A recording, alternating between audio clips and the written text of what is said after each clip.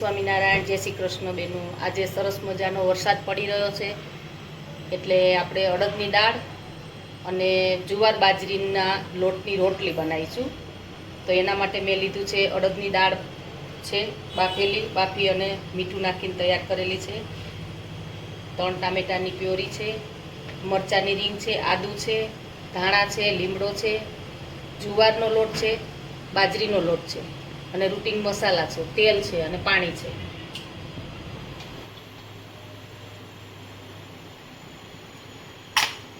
તેલ ગરમ થવા દઈશું।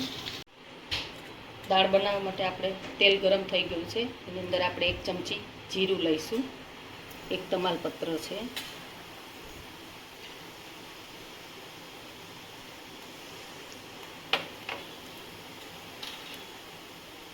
થોડી હિંગ લઈશું, મીઠા લીમડાના પાન છે, આદું છે, મરચાંની રીંગ છે, બે મિનિટ સાંતળીશું। એમાં મસાલા કરીશું આપણે। અડધી ચમચી હળદર નાખીશું, 1 ચમચી લાલ મરચું પાવડર, સ્વાદ અનુસાર મીઠું। હવે આપણે ટામેટાની પ્યુરી લઈ લઈશું। એ પ્યુરીને આપણે પ્રોપર ચડવા દઈશું, તેલ છૂટે ત્યાં સુધી। આપણે તેલ છૂટી ગયું છે, હવે એની અંદર આપણે 2 ચમચી ધાણા જીરું લઈશું,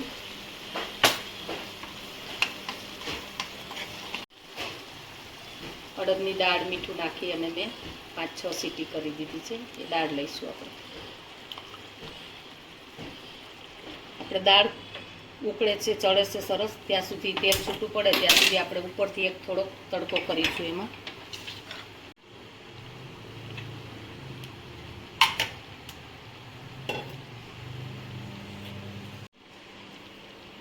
રાઈ જીરુંનો વઘાર કરીશું, 1 ચમચી રાઈ જીરું લઈશું, 1 ચપટી હિંગ લઈશું આપણે।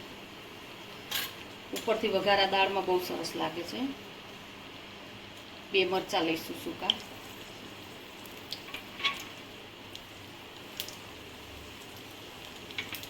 2-3 લીમડાના પાન લઈશું।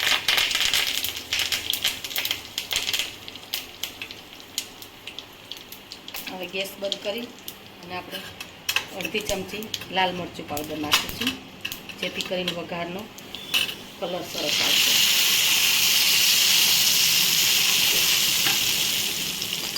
હવે આપણી દાળ તૈયાર થઈ ગઈ છે, એમાં 1 લીંબુનો રસ નાખીશું।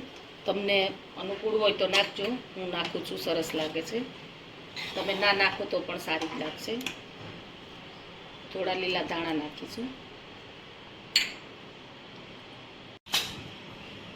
તો આપણી આ અડદની દાળ તૈયાર થઈ ગઈ છે।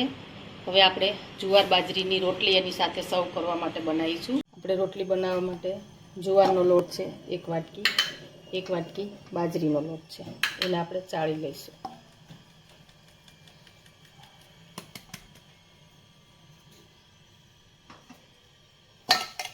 એની અંદર આપણે સ્વાદ પ્રમાણે મીઠું નાખીશું। હવે આપણે લોટ બાંધીશું। રોટલો તો તમે ખાધો હશે જુવાર બાજરીનો, પણ તમે એકવાર રોટલી ટ્રાય કરજો। ઘઉંની રોટલીને ભૂલાઈ ગઈ એવી સરસ થાય છે રોટલી।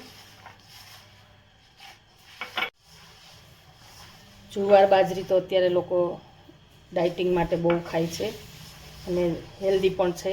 ઘઉં કરતાં જુવાર બાજરી ખાવામાં પણ સારા, અત્યારે વરસાદની સિઝન છે ને।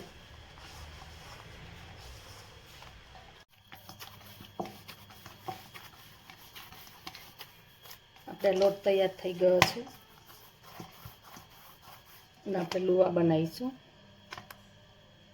આપણે લુવા તૈયાર થઈ ગયા છે। અહીંયા એક બાજુ મેં ગેસ ઉપર લોઢી પણ ગરમ કરવા મૂકી દીધી છે। હવે આપણે રોટલી બનાવીશું અને ખૂબ શાંતિથી વણવી પડે છે, કારણ કે જુવારના લોટમાં બહુ વાંક ન હોય, એટલે હળવે હળવે હાથે વણશો ને તો આપણે આ રોટલી તૈયાર થઈ ગઈ છે।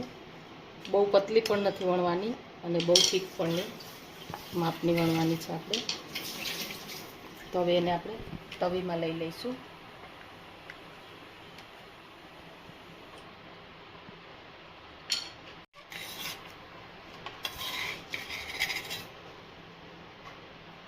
એક બાજુ થઈ ગઈ છે, હવે આપણે એને પલટાવી દઈશું. બીજી બાજુ થઈ ગઈ છે, એને આપણે